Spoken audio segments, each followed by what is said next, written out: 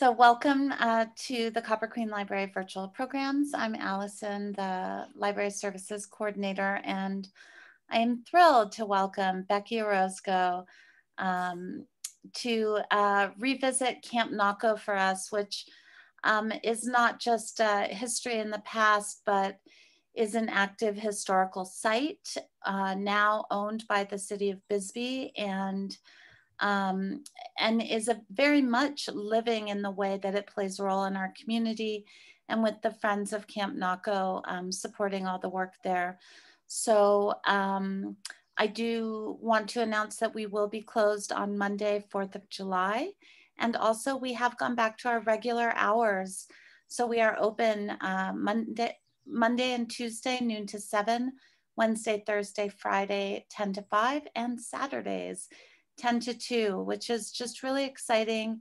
And we have been so happy and pleased to see all of you walk through the doors again.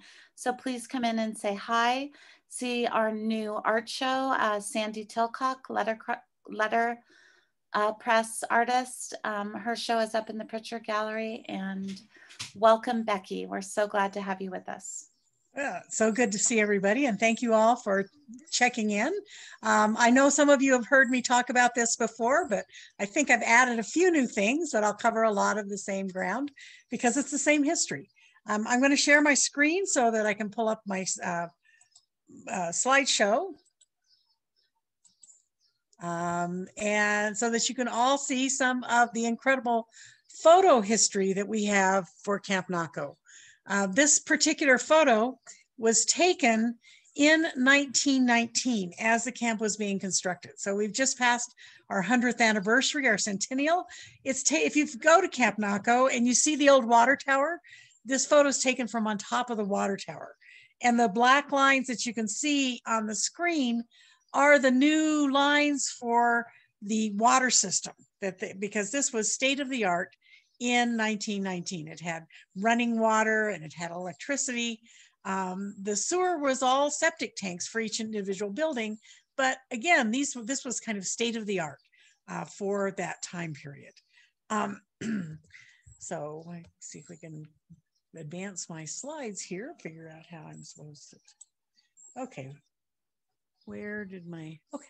All right. So the camp has weathered the 100 years with some damage. This is a photo I took just a few weeks ago of the back of a couple of the buildings that we've lost over time. And what I'm hoping to do is eventually find the resources to restore the camp.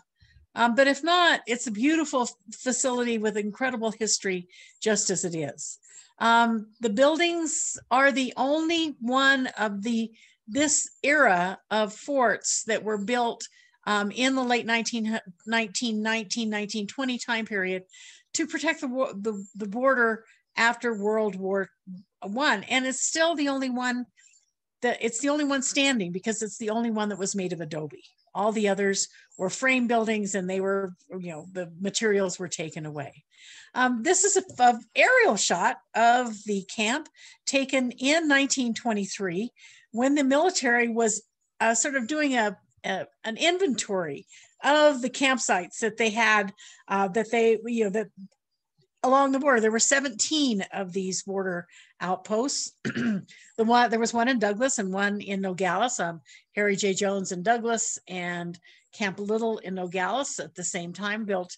But they were not ones that were built of adobe, and none of those are still in existence. This is an aerial photo taken by Charles Bainey, from a drone just a few weeks ago, so that you can see we've lost some buildings. We've lost a couple of buildings there, but the footprint still looks very much the same as it did 100 years ago. This drawing was done by Helen Erickson, who is from the University of Arizona. They're working for the landscape architecture department on some studies of the camp. So it gives you a little bit of the layout. You can see Wilson Road and Newell Street here. The old railroad lines are on this drawing, and a little bit out of proportion, but right across the road and connected to the Warren Ballpark. The teams played each other upon occasion is the old ball field. So that's on they had that as well. So let's talk a little bit about why the camp is there. It housed the Buffalo Soldiers, the 9th and 10th Cavalry and 25th Infantry units out of Fort Huachuca. Fort Huachuca was the main encampment, and the soldiers cycled through through Camp Naco during the years in which it was occupied. It was first occupied as a response to the Mexican Revolution. Well, let me give you a little bit of history about Mexican Revolution. It started in earnest in 1910, well, the Dia de la Revolución is November 10th, or November 20th, excuse me, 1910. And Porfirio Diaz was the president of Mexico, and the U.S. was good friends with the Mexico because they felt that Porfirio Diaz had brought Mexico into the modern age. But he served as president for a very long time. He had got himself elected, got the Constitution changed to, or not got it, well, he seized power, then eventually got himself elected, and then, said that Mexico wasn't ready for elections. Eventually, a U.S. journalist, and this kind of sounds like journalism in our own day and age, named James Creelman, interviewed Porfirio Diaz. And the article came out in the United States in this Pearson's magazine in 1908. And he called Diaz the hero of the Americas. And in that article, Diaz is part of it says in the article that he thinks that Mexico is finally ready for free and open elections. So that sort of sets the stage. It was near Mexico's centennial, and so there was a lot of celebration going on. Mexico had her Declaration of Independence against Spain in 1810, and Diaz came and visited with our president, President Taft, in El Paso in 1909, and a number of dignitaries went to Mexico City for the celebration of the centennial the following year. Well, a person who saw that interview, it was kind of a different individual, Francisco Madero. He was from a wealthy family, but he was also had studied in the United States, had been to Stanford University, and was decided that he would run for the presidency. And he wrote a book, a little booklet called The Presidential Succession, that talked about the Constitution and what the Constitution said, and that how the election should be free and fair. And this sort of sets him off against Porfirio Diaz. Diaz, in the meantime, was facing greater and greater unrest in the country itself, because the country had come into the modern age, but with an iron-fisted crackdown that had basically dispossessed much of the population, had put them into near servitude, and distributed the lands. 90% of the lands were owned by a very small percentage of the population.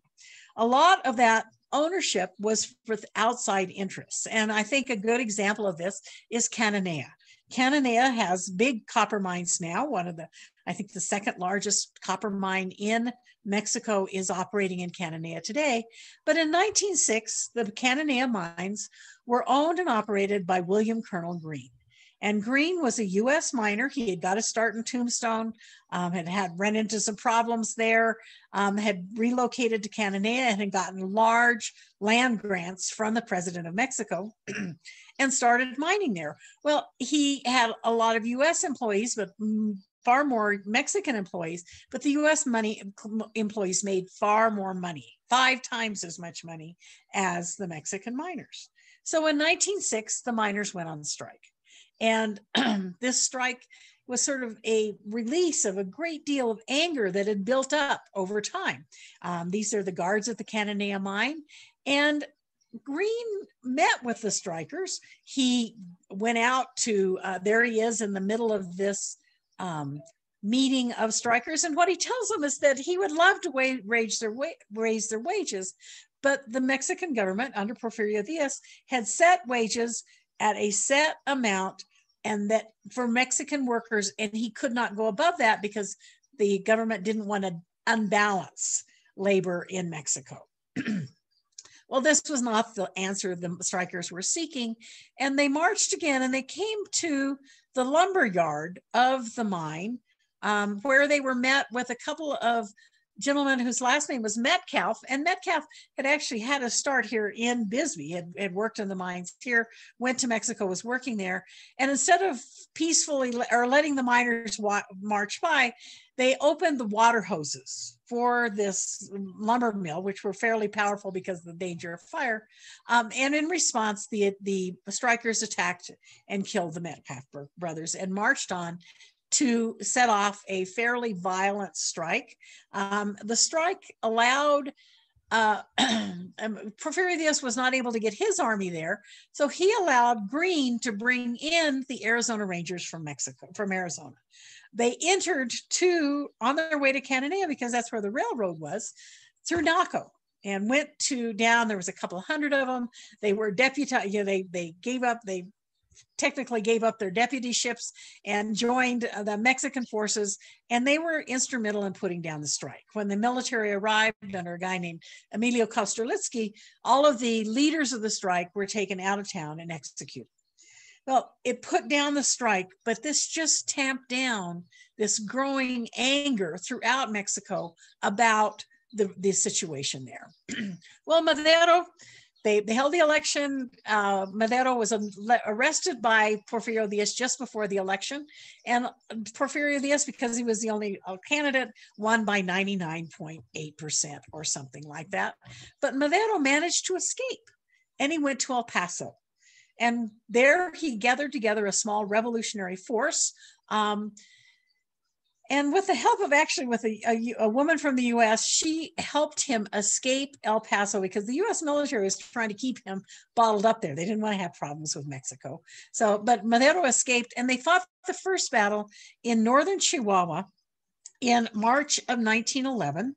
At the town of Casas Grandes. And if you go to Casas Grandes and visit the site of Paquimé, I've been there with Ray, I think she'll recognize this story. That battle was fought, there's an old temple mound there that's called the Mound of the Revolutionaries, where the revolutionaries who were killed were buried after that battle. Well, Madero didn't really win the battle, but it starts this war. And right around that same time, we had the first sort of push at Naco itself. And if you think about what the revolutionaries wanted, was access to the US for guns and supplies. And Phelps Dodge, who had a big store in Naco, kind of catered to that by providing guns and supplies for military at their store in Naco. So holding Naco was a key for both the US and for Mexico, or for the Mexican insurgents. So the first real battle, kind of skirmish, was in February, but in May 19th, the first major battle, it was a skirmish between forces of Diaz's forces trying to hold it, and revolutionaries who were just sort of kind of gathering in the area. But right after that, very soon after that, just the following week, Porfirio Diaz decided that it was just too much. He decided to abdicate from office, and he did. He abdicated on May 25th.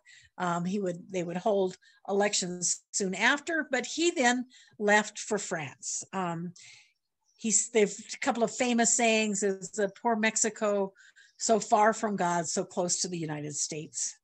And the other associated with Madero and his growing revolutionary movement is that Madero, he's got the tiger now. Let's see if he can hold him. So Diaz leaves. If you go to Paris, you can visit the Montmartre Cemetery, and let's see, there's a couple of famous, Jim Morrison is buried on the same row as Porfirio Diaz. So you can visit both of those graves. Madero rode in triumph into Mexico City. They held elections, and in November of 1911, he was elected president with his vice president, Pino Suarez, but he held on to a lot of the old Diaz revolutionaries, and he really didn't address what had caused the revolution. And the US ambassador at the time and the US government were very unhappy that the pro-business ideals of the Diaz government were under threat. So there was an outbreak of a revolution led by the military leader who had stayed in power, who had served under Diaz, a guy named Victoriano Huerta. And Victoriano Huerta led a revolution called the 10 Tragic Days, or a skirmish against Madero. Madero stepped down, and Victoriano Huerta, with sort of the connivance of the U.S. ambassador, Pino Suarez and Madero, were executed on their way to the prison after they had surrendered. And Victoriano Huerta seized power, which leads to the outbreak of the revolution once again. But in the meantime, the US government had changed hands, right? So 1912, a guy named, excuse me, we have Taft left office, and Woodrow Wilson came to power. So there were, again, beginnings of these skirmishes along the border between forces that were against Huerta and Huerta's forces trying to hold on to these border crossings. And the second of these battles took place April 8th, 1913. Well, in response to these growing number of little skirmishes, the U.S. began to send troops to Naco and Nogales and Douglas and other places along the border, because they were worried that the war was going to spill across the border. And they're beginning to see some names here that you'll recognize. Álvaro Obregón and Plutarco Elias Calles were leading the revolutionaries against Huerta. They eventually become presidents in Mexico. Well, but Huerta gets pushed out, largely with the help of the United States, who kind of engineered a reason to invade Mexico at Veracruz in 1914. Huerta left. He actually came to the United States, joined up with another revolutionary general named Pascual Orozco, which has maybe some family ties here. And they were, he actually was trying to engineer an attack back into Mexico when he died of yellow fever in a Texas jail. But anyway, Carvajal served a very short time. And in the meantime, another revolutionary leader, Venustiano Carranza, came to power. But the main person that we hear about, of course, is Pancho Villa. And Pancho Villa had been one of the revolutionaries under Francisco Madero, had been jailed by Huerta. Madero had been jailed by Huerta. And so anyway, Diaz, after Madero's execution, comes back to the fore. And he had the support of the United States. Here he is in El Paso, meeting with Blackjack Pershing, John Pershing, in 1914. And here's Álvaro Obregón, that other revolutionary. He also had meetings with General Hugh Scott, who was the leader of the US military at the time. And these generals, Elias, began to, again, look at these border outposts. And Naco at the time, under Huerta and under Carranza, was under the leadership of General Benjamin Hill. If you drive down to go to Rocky Point or Hermosillo, you go through the little town of Benjamin Hill. That's named for this general. Well, he was holding the town of Naco when the third battle and the longest battle of Naco broke out. At this point, we have about 5,000 US troops, both from Fort Huachuca and the Arizona National Guard, stationed in Naco to keep this battle from spilling across, because it was one of the largest, most crucial battles of the Mexican Revolution. It began October 3rd, 1914. It ended, it was 119 days, the longest battle of any battle of the Revolution, the longest siege of any battle in that revolution. And it was one that caused a lot of, people from the United States went down and watched the battle from the US side. There were a number of bullets that flew across the border, and US citizens were killed. If you go to Naco today, you can still see remnants of this. There were trenches all around Naco. Drive down through downtown Naco, turn either east or west, anywhere along there, and pretty soon you'll start going through some very significant big dips. Those are the remnants of those old trenches. Here's another set of the trenches. This one is actually south of Naco, crossing the railroad there. Anyway, this is a map that shows those Naco trenches that and the U.S. border, that railroad line. And a lot of what the U.S. was trying to protect was this rail line that had significant connections into Mexico, went to Canada, was important in bringing ore from Mexico to the United States. So this map from Naco at that period. So the U.S. then sent troops to Naco to both protect the border crossing. This is the border crossing. A couple of people here. Albert Obregon is number 2, but number 1 is a guy named Harry Overlock. Overlock served as the customs official there. Eventually, his brother was the mayor of Douglas, and Overlock's nephew, Chris Overlock, worked at the college with me for a number of years. So this is a family with deep ties. Here's the back of that. Chris gave me this poster, and meeting with U.S. officials on the side. But those battles spilled across, and there was significant damage to facilities in Arizona. This is the train that would normally go down. You can see that it has been hit by the insurrectionists as it went southward. But in Naco itself, you could stay at the Hotel Naco, and they advertised bulletproof rooms. So, you could do that. Here's Benjamin Hill and his headquarters in Naco, Sonora. And what this did cause, though, was a huge flood of refugees into Naco, Arizona. And you can still see remnants of the refugee camps if you walk out to the west of the camp in the desert there. But at this point, the camp itself was a temporary camp. It had a rotating number of the Buffalo Soldiers from Fort Huachuca. The Arizona National Guard was segregated because they were white soldiers. They were down about where the golf course is today. Herman Sievert was one of the commanding officers. And about 42 of the soldiers who were at Camp Naco ended up being wounded because the bullets went across the border. Hugh Scott, the commander of the U.S. military, came to Naco and told both sides in Naco, Sonora, that if you don't start fighting east to west, we're going to have to intervene because there's too much damage on the U.S. side. Whether they were able to do that, we never did really intervene. There were encampments or the protection for the soldiers. Here's bales of hay. They had these kind of half culverts that were also for protecting from that rifle fire from across the border, and a couple of interesting sort of vehicles to be able to move people around town when the bullets were flying. Here's some of the soldiers. There's still a couple of these foundations of the adobe huts that they built both for protection from the weather and from those bullets flying across the border.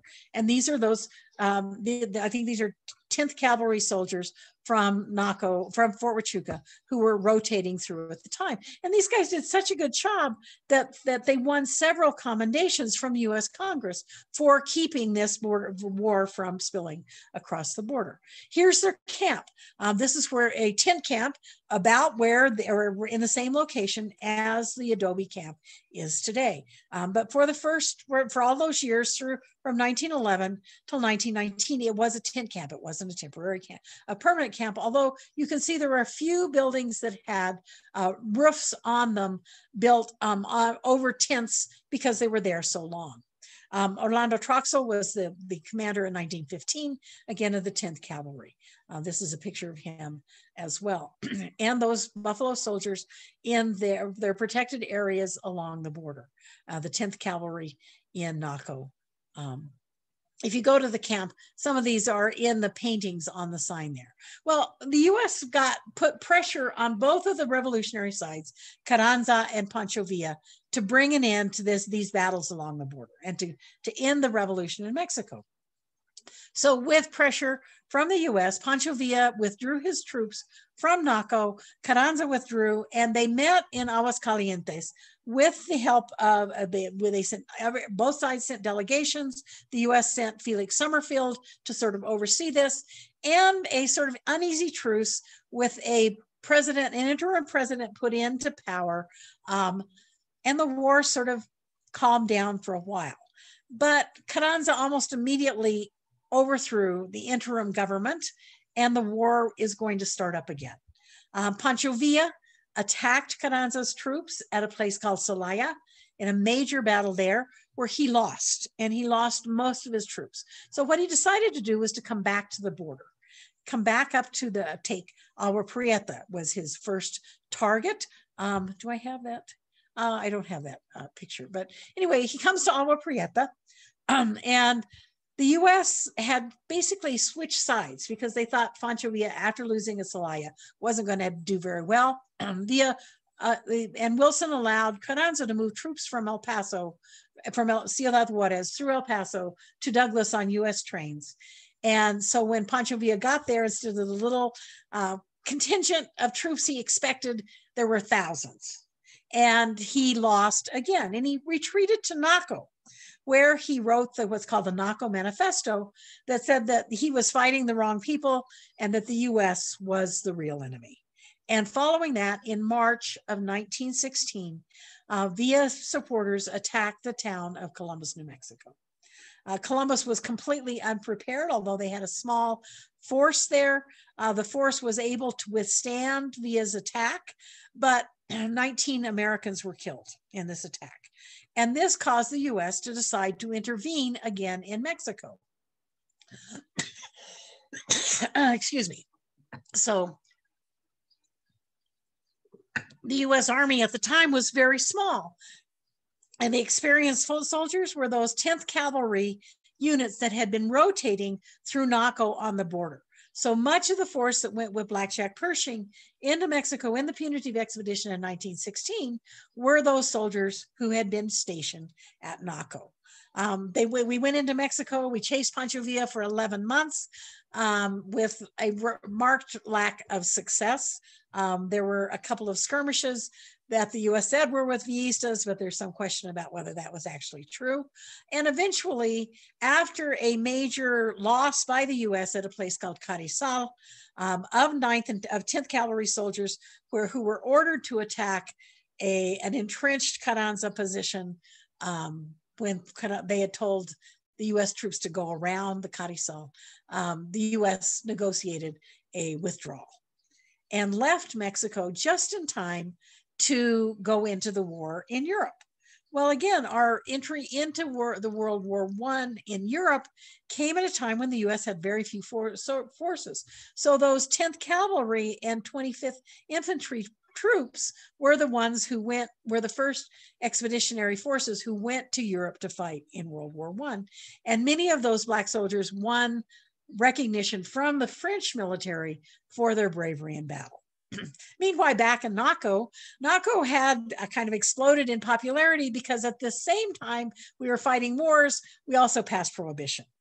And Naco became a big destination for alcohol sales and bringing back those supplies. Well, at the end of the World War I, the U.S. decided to make the series of border camps that were established during the Mexican Revolution permanent, because Mexico had made, there had been feelers from Germany to get Mexico to come into the war on the side of Germany, attack U.S., and Germany had promised to give back all the territory Mexico had lost to the U.S. in various wars if Mexico would side with them. So there was a worry that Mexico was not faithful or not focused on their neighbor to the north, or they were too focused. So the decision was made to make Camp Naco permanent. And we have a number of, it was a Army Corps of Engineers project. We have a number of articles about the materials arriving and about the builders of the camp. And it was built in a fairly short order, as I said, state of the art at the time. And the troops began to cycle in, continue to cycle in from Fort Huachuca. It was built to hold 2 companies, which would have been about 150 men, but it was never fully occupied because we changed direction of the U.S. We had a new president come in, Warren Harding, and Warren Harding ran on a return to normalcy. And he felt that this was a big expense that the U.S. did not need. And so by 1924, the camp, which had been, here's the officers' quarters, junior officers' quarters as they were being built. The camp was to be abandoned, was declared to be abandoned, and it returned in possession to the family who had had the property to begin with, the Newell family. The Newell family rented out buildings, used some of the buildings, but Mexico itself was still kind of in a period of unrest. One of the most famous incidents in Naco actually happened when the camp was not occupied, but the bombing of Naco, the aerial bombing of Naco in the Battle of 1929 in the Escobar-Topete rebellion, in which Escobar and Topete tried to overthrow the government at the time, the Calles government at the time, following a couple of other revolutionary movements, and they decided to try to take Naco. They hired a U.S. pilot by the name of Patrick Murphy to fly his little biplane, a Junie biplane, and drop bombs over on Naco itself, on the garrison at Naco. There's some evidence that Patrick Murphy perhaps had some liquid courage before he started out on this trip. And the bombs themselves were suitcases full of dynamite. And the bombardier had a cigar in the back of the airplane, tossing these out. So they didn't have real good ways to hone in. Anyway, this is actually the car of the commander of the Mexican forces in Naco. He had moved it to the U.S. for safekeeping, and it got hit by one of one of these bombs. So that was the U.S. aerial bombardment, the first on U.S. state soil. Well, so we go forward a long time. The Naco, the Newell family, then rented or leased it back to the government. It was a CCC camp in the 1930s. A lot of the waterworks that you see here in Arizona or in Bisbee, the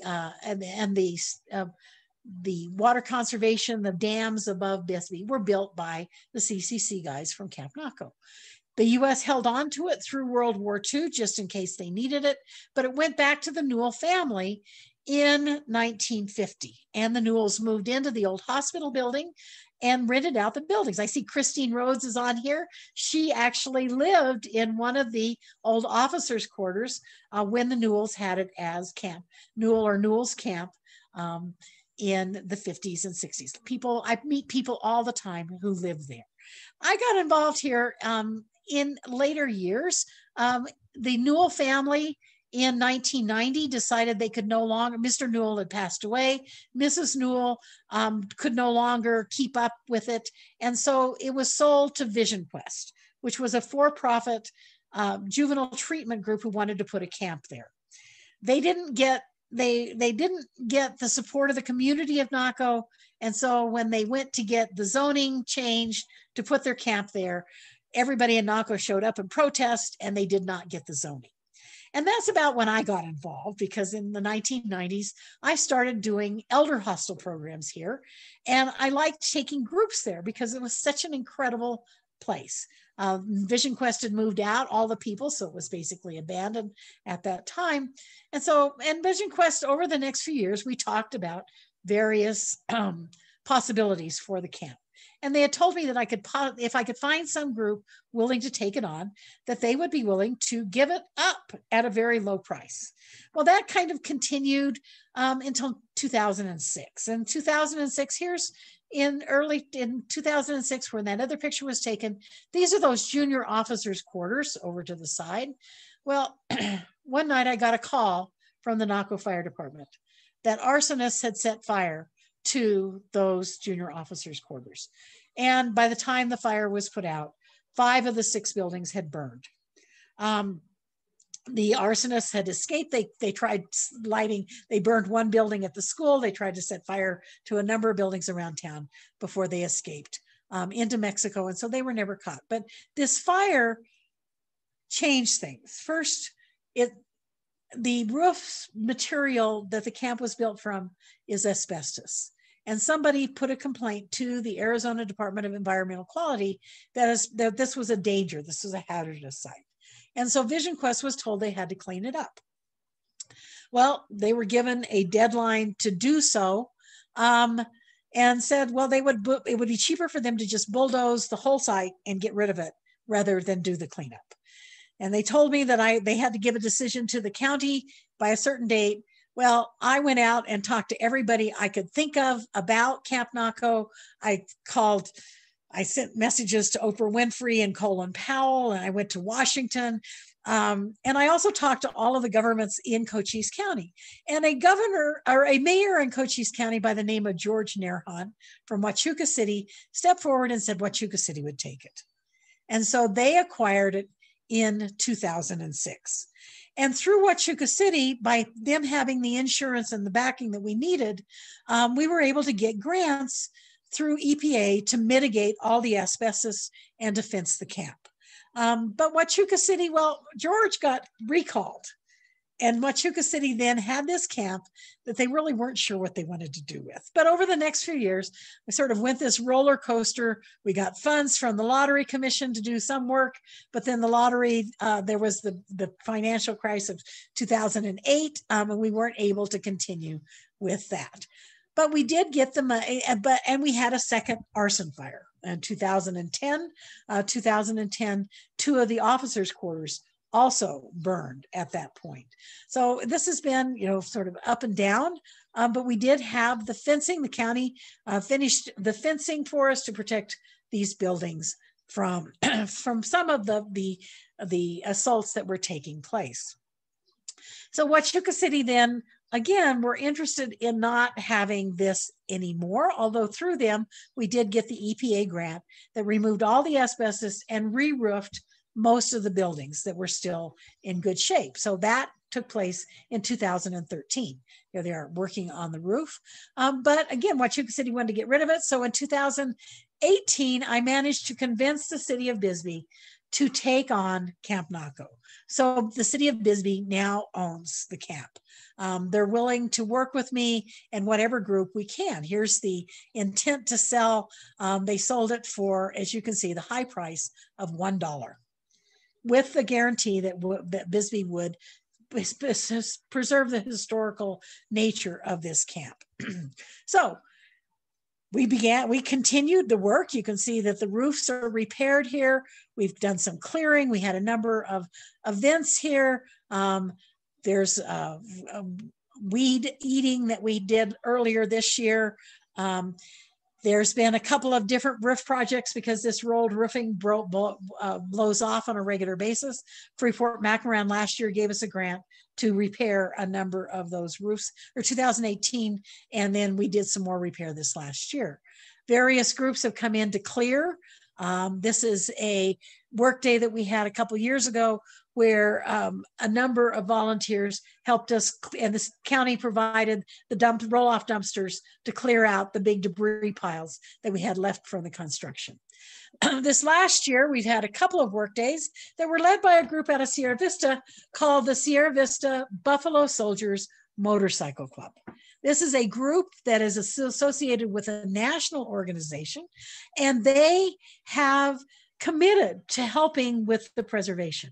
Their national president came, and they're actually interested in making this one of their national projects. So we have some hope there. Also, I don't know if you read the newspapers the last couple of weeks, a woman who is named Mackenzie Scott, whose ex-husband was the guy from Amazon, gave $25 million to national preservation for Black history sites. And so we're very hopeful that we will be able to qualify for some of those monies from that project. And so that's where we are. I've got my contact information here. If you have questions, I think that we've been, that Allison's been keeping an eye on chat. I'll see if there's any questions, and if anybody wants to jump in with questions there. Okay, so questions. Just feel free to unmute yourselves, or you can write your question in the chat and I will read it out. And Rachel Running was credited for some of those photographs, and Yes. says, look forward to revisiting on a field trip, as do I. Hope to do a library field trip in possibly September if we can. Yeah, that would be great. Would anybody like to unmute with questions or comments? Well, I had a comment. I was actually the county planner that evaluated the case when Vision Quest asked to put their program there, and we did recommend denial. So, and you were right, the whole community came out. I mean, it was with pitchforks and right, torches, which you don't usually expect for cases in Naco. So it was very interesting. Well, I think it was Vision Quest's mistake. They kind of just said, we know best. Yeah, exactly. We'll do it the way we want to. And they didn't get community buy-in ahead of time. No, not at all. They just you're right. They just sort of assumed it's just this little sleepy community that probably wouldn't protest. Naco suffered a rash of burglaries and home invasions before Vision Quest came in. If anybody remembers the border bandits, it actually turned out to be people from Bisbee or kids from Bisbee. And that was one of the reasons why I think they were really adverse to having bad children with long histories suddenly plop down into their neighborhood. So yeah, I can understand that. And it was kind of an interesting situation to find oneself in. How much were they had that on the retail market at one time for how much? Well, the Vision Quest bought it. It was actually about $90,000 because it was an auction, and they thought there would be more bidders, but they ended up being the only bidders. And then they had it on the market for a while, but it was in a time when the market was very low, leading up to 2006. And there was never any real interest in anybody else taking it on, because Vision Quest, that idea that Naco might object to something happening there was something that kind of kept the interest down.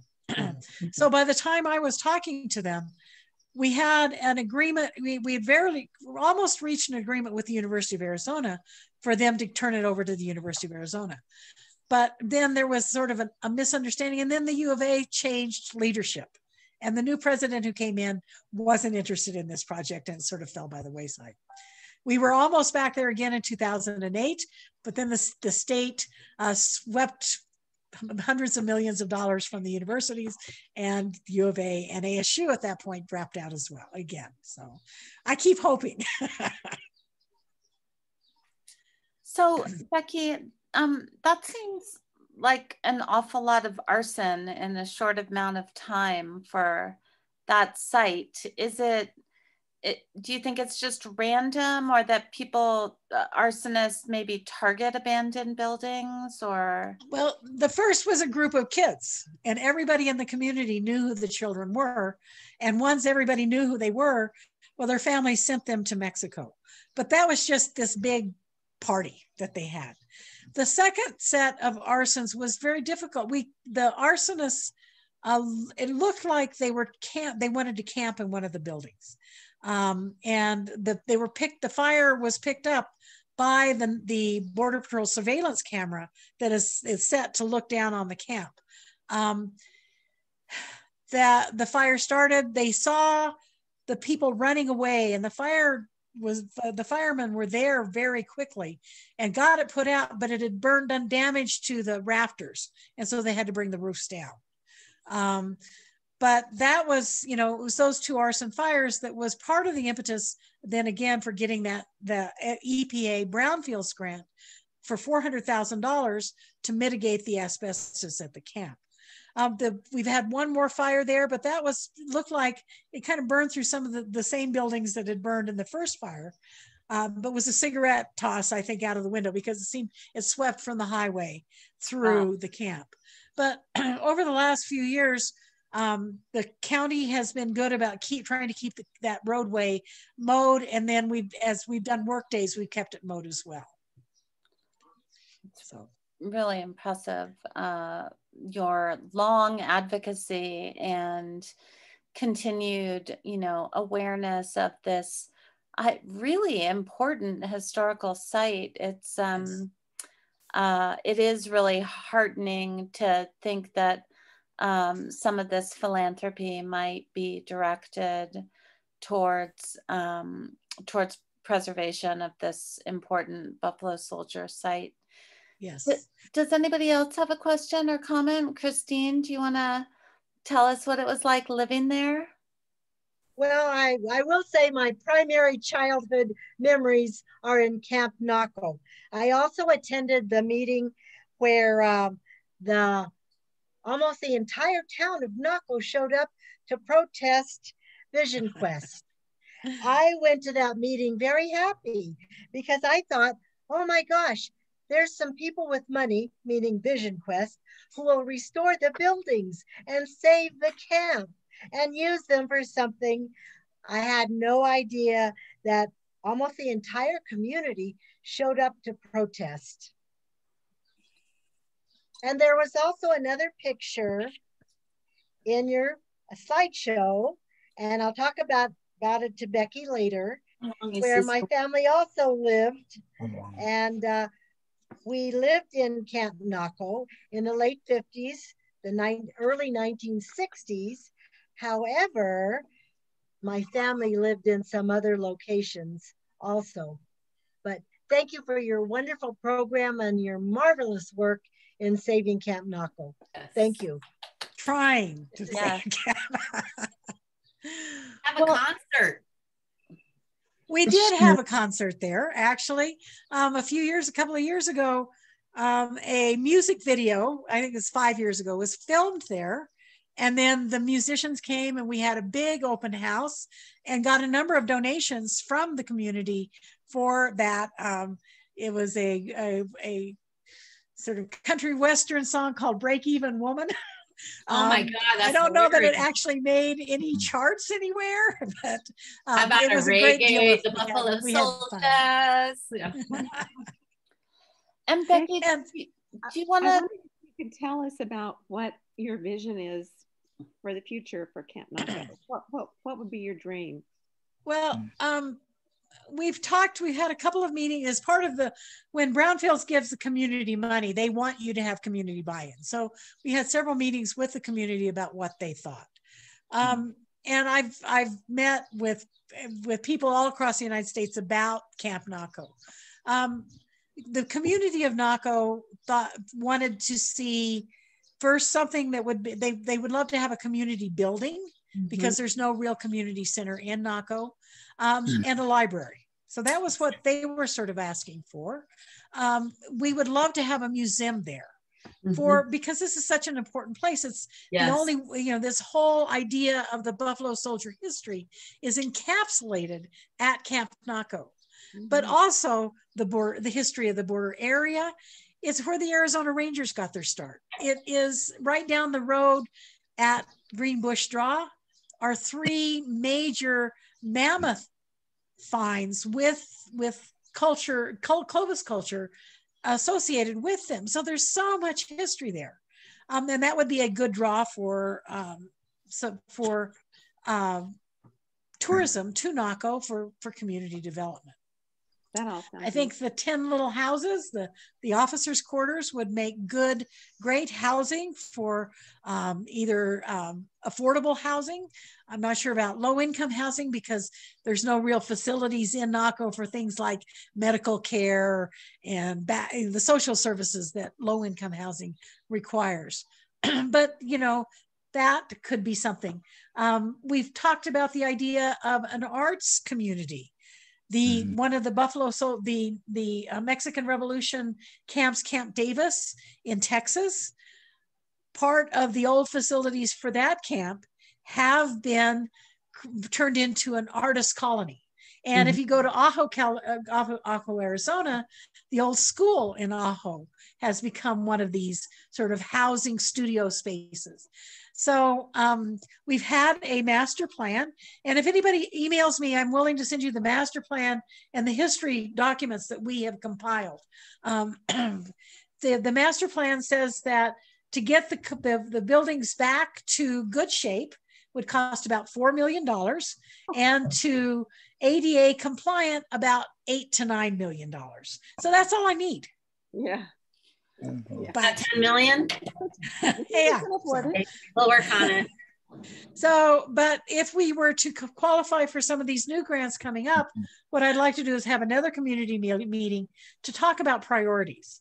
So to do that community building, which would be the old officers club, and perhaps starting with one house for a caretaker, and then slowly add in the other buildings. I have a great deal of hope now that the University of Arizona School of Landscape Architecture is interested in the camp, and they have ties to other grants. This is a year when Buffalo Soldier African-American history is very much on the forefront. So I'm hoping to get our Congress people and senators, Mark Kelly, his wife, Gabby Giffords, was instrumental in us getting the EPA grant. Oh, wow. When we got that. So, hey, Gabby. Yeah. I've got, I'm hopeful, but sometimes it gets down to just me, and I've got to get more people involved. Yeah, I want to help. Yes. Yeah, Thank you. I think it's really a remarkable thing to talk about a museum that actually is multiple historical moments, multiple historical conflagrations, as it were, from the Mammoth to the Mexican Revolution to the Buffalo Soldiers. That's a very unique thing, like a hook, as it were, I think, to get support for something this remarkable, not to mention its location right there on the border. I think that sounds just really like a doable plan. I think it's... Well, and we have there's a part to this. Another student a few years ago did a study of, one of these proposal plans as I think it was his master's thesis, in which he looked at the old railroad bed, which goes right by the camp and goes to the border crossing as a linear park with a mercado, a marketplace for that sort of cross-border interchange, that's what we need. Cultural change. Yes. As part of attached to the camp itself, plus having a trail down to the Mammoth sites and into Naco for some of the history there. Well, there's so much there. It's a small town with big history. Yes. Becky, can you tell us a little bit about the Friends of Camp Naco and how people, what kind of volunteer opportunities are available, and how people can get in touch with you, and what, like, your work days and things like that? Okay. Well, first, I gave you my email, and I'm giving Allison permission to give that out if people contact her that don't get it from the site today. And we also have a Facebook page called Friends of Camp Naco. And I announce all the programs that we do on there, so you can keep an eye on there. We're going to have to do a work day soon. I may have waited a little too, trying to get work days with COVID and all the other things going on. But there's this tree called the acanthus, or tree of heaven, or cancer tree, that is coming up between the buildings and the foundations. Oh, right. And we really need to, we've cut them down last year. We tried treating them with some, with bleach. That didn't seem to knock them. So we need to get back in there before they get much bigger and get those cut back. So I will probably, as soon as we can, cools off a little bit, we will do a work day, and I will advertise that. I'll let Allison know so she can put it on the library webpage too. Yes, please. That would be fantastic. I feel like I learned something new every time I hear you talk about Camp Naco, and again, the place of learning about history in our past, how much that information can inform our present and what's occurring right now in our present. Some very strange things happening lately. Does anybody else have any questions or comments about Camp Naco? This is Steve Knight, Carson City.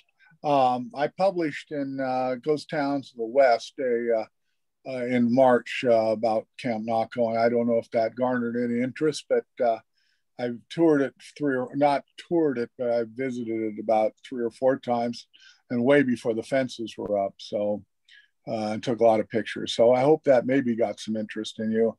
I had 300 or 400 people that are followers or replied to that particular write-up.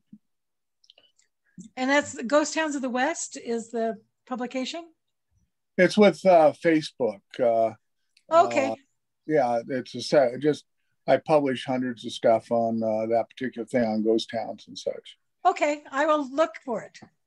Okay. Feel free to Becky, email Glenn? links, Steve, as well. Yes. Hi, Becky. This is Glenn. Hi, Glenn. Hi, I Glenn. had a couple questions. Have you ever gone to the Arizona State Parks to get them on board? I tried. Yes. Okay. At the point when I went to Arizona, and I've been there a couple of times, and they've actually have kind of sent me information on occasionally on grants. But at the time when we were interested in trying to get them to take it on, they were shedding properties. And at this, their policy right now is to not acquire new properties. BLM, I went to BLM to see if they might take it on. They won't take any properties that have buildings that need maintenance. They don't want to add any of that. I've gone to the National Park Service, and there's been both sort of off and on interest from the National Park Service. Just this last spring, I had both someone from Fort Bowie and someone from Coronado. And the guy from Coronado, Zach Palma, is actually an adobe expert who's going to help us do some adobe patching and one of our work days coming up. So if we can get some money raised, we're going to have him back to do some adobe work. The Park Service has expressed an interest, especially this year with the Buffalo Soldier interest in taking it on, but I have mixed feelings about that because they would not have in mind restoration. It would just be maintaining it as a site, but not the rebuilding, and I really want to see it as a living site again. Yes. However, if that doesn't happen, then the other may be our other option. So interesting. How about the U of A history department? Why aren't they on board as opposed to the landscaper department? Well, I've approached actually the U of A Department of History in 2008 in conjunction with the University of Arizona State University wanted to put a Borderland Center at Camp Naco and had started the process of taking on the camp when universities got their funding swept. And we're told at that point that they could not take on more property. And again, people come and people go. People that I had interest in have retired. We haven't been able to build up that again. So having this landscape architecture, their particular focus is historic preservation. And so or their focus for this project. And so I'm very hopeful that they'll be able to get wider U of A buy-in as well. And then lastly, the fence around that property. I was thinking there was one, but I'm thinking now yes, there is. One. Oh, there yes, is. There okay. is. We got a grant from the Lottery Fund, the Arizona Heritage Fund, before they stopped giving those monies to fence it. We got all of the fence around the main part of the property. Then they swept the funds because of the economic crisis. Then we had the second arson on the other side of the road. And then Ann English got county funds for us to fence those buildings. Thank you. Those are all really good ideas. And Secretary Holland, the Secretary of the Interior, she might be an interesting person to contact now, as she is such a rush of new energy and innovation in how the interior is being approached now. Plus being from New Mexico, you know, she's very familiar with our locale. Yes, that's a good idea too. I may have to go back to Washington. Yeah, go back to Washington. And I have time for one last question, if there's any question or comment.